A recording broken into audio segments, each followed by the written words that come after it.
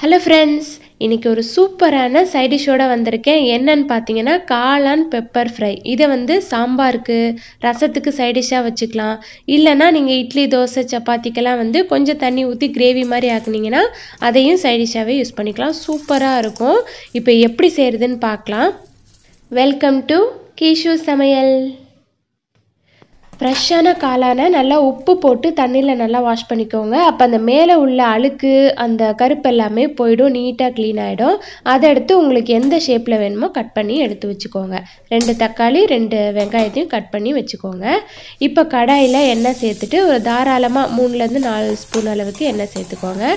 இதில் நம்ம கட் பண்ணி வச்சுருக்க பெரிய வெங்காயத்தை சேர்த்துக்கலாம். கூடவே 2 தக்காளி, கொஞ்சமாக இஞ்சி பூண்டு பேஸ்ட்டு, கொஞ்சம் உப்பையும் சேர்த்து நல்லா வதக்கிக்கலாம். தக்காளி நல்லா குழைய வதங்கினதுக்கப்புறமா 1/4 ஸ்பூன் மஞ்சத்தூள், 1/2 ஸ்பூன் மிளகாத்தூள், 2 ஸ்பூன் அளவுக்கு மல்லித்தூள் சேர்த்துக்கோங்க. நம்ம கடைசியாக வந்து மிளகுத்தூள் சேர்ப்போம். அதனால் உங்களுக்கு மிளகாத்தூளுக்கு அதிகமாக காரம் இருக்கிற மாதிரி இருந்துச்சுன்னு பார்த்தீங்கன்னா 1/4 ஸ்பூன் அளவுக்கு மிளகாத்தூள் சேர்த்துக்கோங்க. கட் பண்ணி வச்சுருக்க காளான், கொஞ்சம் உப்பு, கொஞ்சம் தண்ணியும் சேர்த்து இப்போ நல்லா மிக்ஸ் பண்ணி விட்டுக்கலாம். இதை நம்ம மூடி போட்டு நல்லா வேக விடணும். அடிக்கடி எடுத்து கிண்டி மட்டும் விட்டால் போதும். காளான் ரொம்ப நேரம் வேகாது, சீக்கிரம் வெந்துடும். அதனால் கொஞ்சமாக தண்ணி ஆட் பண்ணி வேக விட்டுருங்க. இப்போ கொஞ்சம் வெந்துருச்சு, மறுபடியும் மூடி போட்டு நான் வேக விடுறேன். அவ்வளோதான், ரெடி ஆகிடுச்சு. இந்த அளவுக்கு சுருண்டா போதும். இது கூட கடைசியாக 1 ஸ்பூன் அளவுக்கு மிளகுத்தூள் சேர்த்துட்டு நல்லா மிக்ஸ் பண்ணி விட்டுட்டு ஸ்டவ் ஆஃப் பண்ணிடுங்க.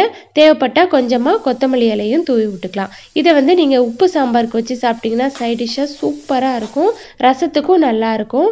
இதை நீங்கள் கிரேவி மாதிரி வேணும்னு நினச்சிங்கன்னா கொஞ்சமாக தண்ணி ஊற்றி கொஞ்சம் கொதிக்க விட்டீங்க அப்படின்னா இது வந்து நல்லா கிரேவியாக மாறிடும். இதை நீங்கள் சப்பாத்தி, இட்லி, தோசைக்குன்னு சொல்லி எல்லாத்துக்கும் சாப்பிட்லாம். டேஸ்ட்டு சூப்பராக இருக்கும். கண்டிப்பாக ட்ரை பண்ணி பாருங்கள்.